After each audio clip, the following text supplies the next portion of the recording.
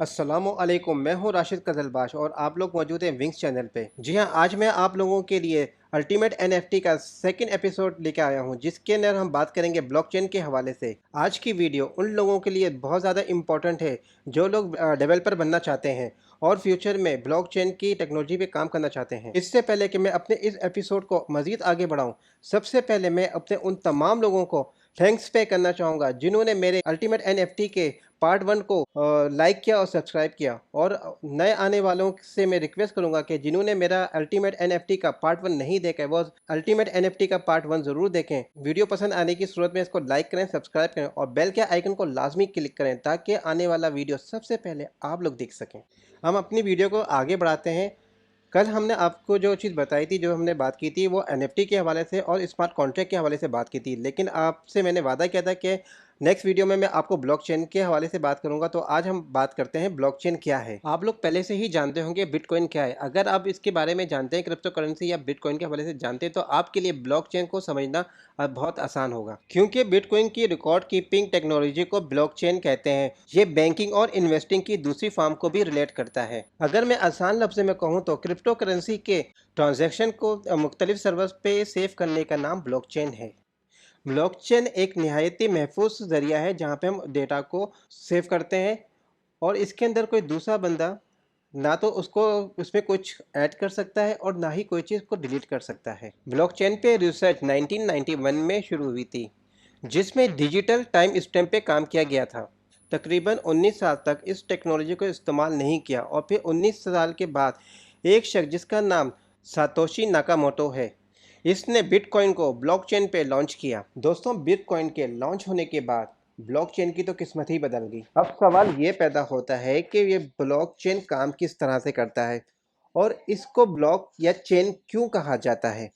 दरअसल ब्लॉकचेन जो है ये इंफॉर्मेशन डेटा को ग्रुप में कन्वर्ट करता है। इन ग्रुप्स को ब्लॉक भी कहा जाता है। हर ब्लॉक एक लिमिटेड स्टोरेज कैपेसिटी रखता है। जब ये फुल हो जाता है तो वो अगले फुल ब्लॉक के साथ जाके कनेक्ट हो जाता है और इसी को हम कहते हैं ब्लॉकचेन। दरअसल ब्लॉकचेन का डेटा दो प्रॉपर्टीज़ में सेफ होता है। इसकी पहली प्रॉपर्टी को बोलते हैं टाइम स्टैम्प और दूसरा हैश कहलाता है। और फिर ये आगे चल के एक और प्रॉपर्टी में इसमें एक और प्रॉपर्टी शामिल होती है जिसको हम कहते हैं प्रीवियस हैश। और ये तीनों प्रॉपर्टीज़ ही ब्लॉकचेन को सिक्योर बनाती हैं।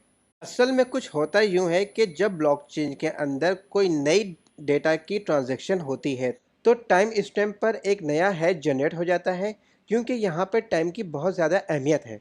टाइम यूनिवर्सल होता है और यूनिक भी होता है। हर गुजरा हुआ लम्हा आने वाले लम्हे से मुख्तलिफ होता है। ये बिल्कुल इसी तरह से जिस तरह से हम काउंटिंग को शुरू करते हैं 1 से और बगैर रुके को जारी रखें तो ये कभी भी ख़त्म नहीं होगी। टाइम की भी बिल्कुल सेम यही मिसाल है कि टाइम भी इसी तरह से आगे बढ़ता रहता है और कभी भी नहीं रुकता। बिल्कुल इसी तरह से जब भी कोई नया हैश जनरेट होता है तो वो गुजरे हुए किसी भी हैश से मुख्तलिफ होता है। जब भी कोई हैश जनरेट होता है तो उसका असर पूरे ब्लॉकचेन पे पड़ता है, क्योंकि ब्लॉकचेन पे हर ब्लॉक दूसरे ब्लॉक के साथ एक चेन की सूरत में कनेक्ट होता है।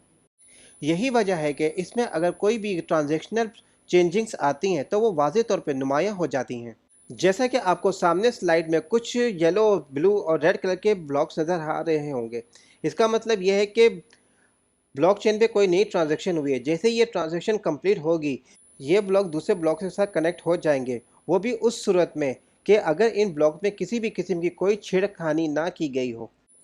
तसव्वुर कीजिए कि ये ब्लॉकचेन का एक ब्लॉक है, इसके अंदर वो तीनों प्रॉपर्टीज़ आपको नज़र आ रही हैं, यानी डेटा, हैश और प्रीवियस हैश। ये ब्लॉकचेन की एक प्रॉपर्टी है जिसमें आप देख सकते हैं कि बिटकॉइन की तमाम ट्रांजैक्शन को सेव किया जा रहा है। ट्रांजैक्शन को सेव करने की सूरत में एक हैश जनरेट हो रहा है। यह हैश बिल्कुल एक इंसानी फिंगरप्रिंट के मानिंद है, क्योंकि जब भी कोई नया हैश जनरेट होगा वो पुराने हैश से मुख्तलिफ होगा। तो अब हम बात करते हैं कि पुराना हैश यानी प्रीवियस हैश क्या होता है। तो मैं आपको कुछ इस तरह से समझाता हूँ। जब भी कोई नई ट्रांजैक्शन होगी तो इसके लिए एक नया हैश बनेगा। इस नए हैश बनने की सूरत में जो पहले से बना हुआ हैश है वो प्रीवियस हैश बन जाएगा। तो इस तरह से ब्लॉकचेन में ट्रांजैक्शन सेव होती हैं। मगर याद रखें, जब भी कोई पहली ट्रांजैक्शन होती है तो वो बहुत ही मुनफरिद यानी यूनिक होती है। इस बात को आप इस तरह से लेंगे कि कोई भी पहली ट्रांजैक्शन के अंदर प्रीवियस हैश मौजूद ही नहीं होता, क्योंकि वो कभी जनरेट ही नहीं हुआ। तो आए अब मैं आपको ये सब चीज़ें तफसील से समझाता हूँ। इस स्लाइड में आप एक ही ब्लॉक के 3 मुख्तलिफ किस्म की ट्रांजैक्शन को देख रहे हैं। अब मैं आपको तफसील से बताता हूँ कि इन ट्रांजैक्शन में हो क्या रहा है। पहली ट्रांजैक्शन के हैश को गौर से देखिए और साथ में दूसरी ट्रांजैक्शन के हैश को देखें, दोनों बिल्कुल सेम टू सेम हैं। दूसरी ट्रांजैक्शन में एक नया हैश जनरेट भी हुआ है जो कि तीसरी ट्रांजैक्शन में प्रीवियस हैश बन गया है। अब पहली ट्रांजैक्शन को अगर आप गौर से देखें, इसका जो प्रीवियस हैश है वो 00 है और ये वही है जिसका मैंने आपसे पिछली स्लाइड में तस्करा किया है। सिर्फ प्रीवियस हैश ना होने की वजह से ब्लॉकचेन में इस ब्लॉक को जेनेसिस ब्लॉक कहते हैं। अब मैं आपको बताता हूँ क्या होगा अगर कोई इसके हैश में या प्रीवियस हैश में कोई चेंजिंग करने की कोशिश करे। इस सूरत हाल में हैश और प्रीवियस हैश दोनों एक दूसरे से अलग हो जाएंगे। सिस्टम इसको थेफ कंसिडर करेगा और ट्रांजैक्शन को रिजेक्ट कर देगा। आपने देखा कि ये वो पहला ज़रिया था जिसके ज़रिए ब्लॉकचेन अपने आप को सिक्योर बनाती है। आइए मैं आपको बताता हूँ एक और तरीका जिसके ज़रिए ब्लॉक अपने आप को मज़ीद महफूज बनाता है। इसको कहते हैं P2P नेटवर्क सिक्योरिटी। दरअसल ब्लॉकचेन एक डिसेंट्रलाइज प्लेटफॉर्म है, तो इन्फॉर्मेशन एक सेंट्रल कंप्यूटर में सेफ होने के बजाय मुख्तलिफ सिस्टम में सेफ होती हैं। अगर इस स्लाइड को आप गौर से देखें तो इसमें 4 मुख्तलिफ लोगों के आपको प्रोफाइल नज़र आएगी, लेकिन इनके ब्लॉक बिल्कुल सेम हैं। इसकी वजह यह है कि ब्लॉकचेन पे जब भी कोई नया ब्लॉक क्रिएट होता है तो ये ब्लॉक दूसरे ब्लॉक की प्रोफाइल में जाके सेफ हो जाता है। इसकी प्रेजेंटेशन आप सामने स्लाइड में देख सकते हैं कि नया ब्लॉक किस तरह से जाके दूसरे ब्लॉक में जुड़ता जा रहा है। दर हकीकत अगर आप गौर करें सामने स्लाइड पे तो ये सारे ब्लॉक सेम टू सेम एक जैसे हो गए हैं और यही वजह है कि अगर कोई भी आदमी इसके हैश में ज़रा सी भी तब्दीली करता है, चेंज करना चाहता है, तो सारी प्रोफाइल जो हैं डिस्टर्ब हो जाती हैं और वो एक दूसरे से अलग हो जाती हैं।